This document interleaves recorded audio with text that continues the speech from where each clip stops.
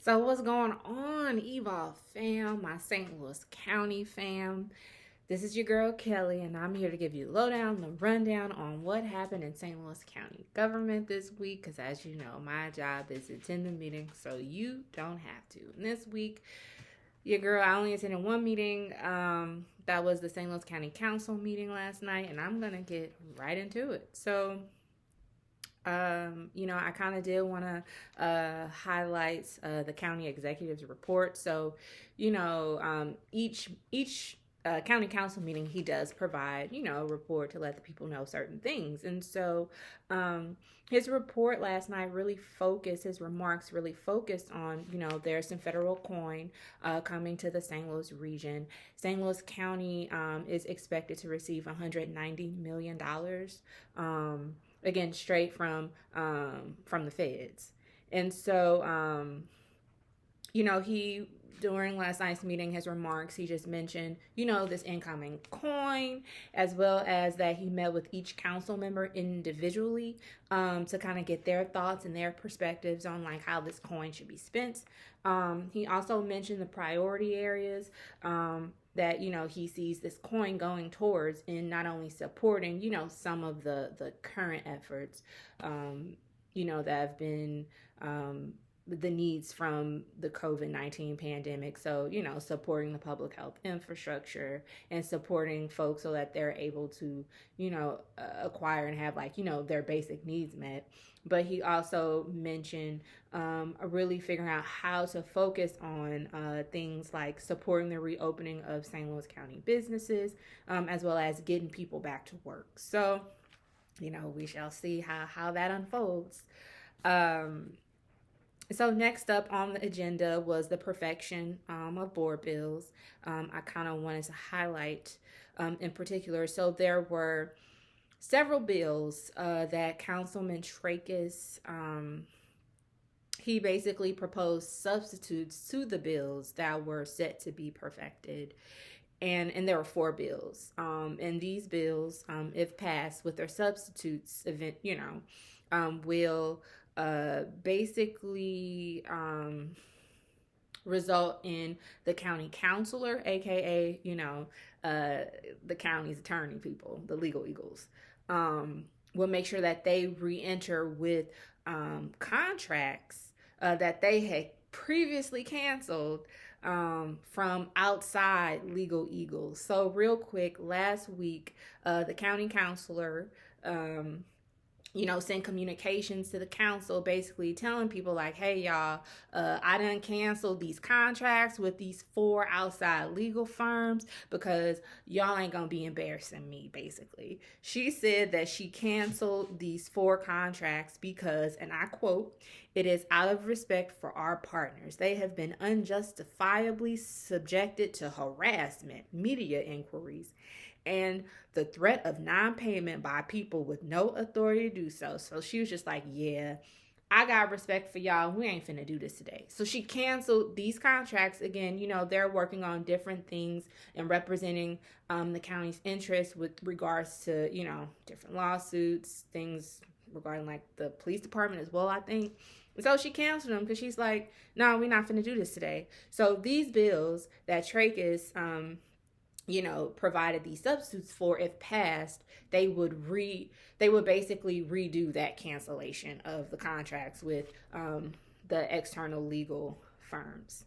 And so the substitutes in these bills, they were adopted by the county council, but they're put on pause for like full perfection because, again, there are people on the council that feel like there needs to be more oversight when it comes to the county counselor's office contracting outside legal firms for support. So yes, the saga continues.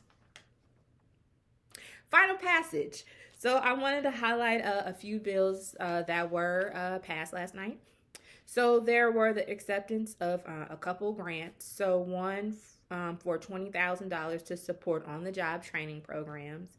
There was also acceptance of grants of up to $4 million in community development block grant funds, and about $3.2 million in emerging solutions grant funds to support various programs that provide assistance to residents experiencing economic hardship due to the COVID-19 pandemic. There's also the acceptance of donations from the Police Foundation of $80,000 to improve police officer mental health wellness. And then there was also the acceptance of a donation from the Police Foundation in the amount of $318,000 to support a contract with Shotspotter to expand the program in Glasgow Village. And then there was another bill that was passed last night that would pretty much authorize the execution of the contract with ShotSpotter to implement it in Glasgow Village. So, yeah. Then lastly, but certainly not least in the meeting, we had the resolutions. And so I kind of wanted to highlight a couple of these resolutions. So the first one with regards to departmental overtime and really making sure that there's increased oversight on this. So I know one of the sponsors of the resolution, Councilwoman Dunaway, she expressed that, you know, from a lot of the input she's been getting when speaking to folks, that there are people that kind of, folks that work for the county, they take PTO and then they kind of continue working, which pushes them into overtime, and then they get paid time and a half or whatever that is when it comes to overtime, overtime wages. And she's just saying that there may be some folks abusing the system. And so Councilman Fitch, he came back and was like, look, like, I don't think that employees are like pimping the system, but he thinks that it's an issue of like there being like understaffing in departments, which is forcing folks to have to work overtime because the work still has to get done. Things still need to get done. If you don't have enough people, then hey, some folks, they just gonna have to put in that extra work. So he doesn't see it as folks abusing the system or what have you. But I think people agree that there should be more oversight on this issue. And so that resolution, it did pass by the county council. And then resolution number 2, basically calling out the Bi-State Development Agency CEO, Mr. Roach, because I don't want to butcher his first name, so I'm gonna call him Mr. Roach. So Councilman Trakas sponsored this resolution, and essentially the resolution again calls out the CEO and his, and I quote, miserable failures in ensuring a safe public transit system. The resolution also calls for Mr. Roach, the CEO of Bi-State, to meet with the county council to discuss these matters. Councilman Trakas introduced this resolution and said, I quote, the blood is on your hands. If the council didn't approve the resolution, I guess his issue is that, the CEO, I guess, made these promises that, he would really make it a priority to ensure that St. Louis has a safe public transit system. And, there's been a lot of craziness going on, throughout the region, and also on public transit with, lives being lost and all of that. And I guess Trakas feels like, yeah, Roach, you gotta answer to some of this.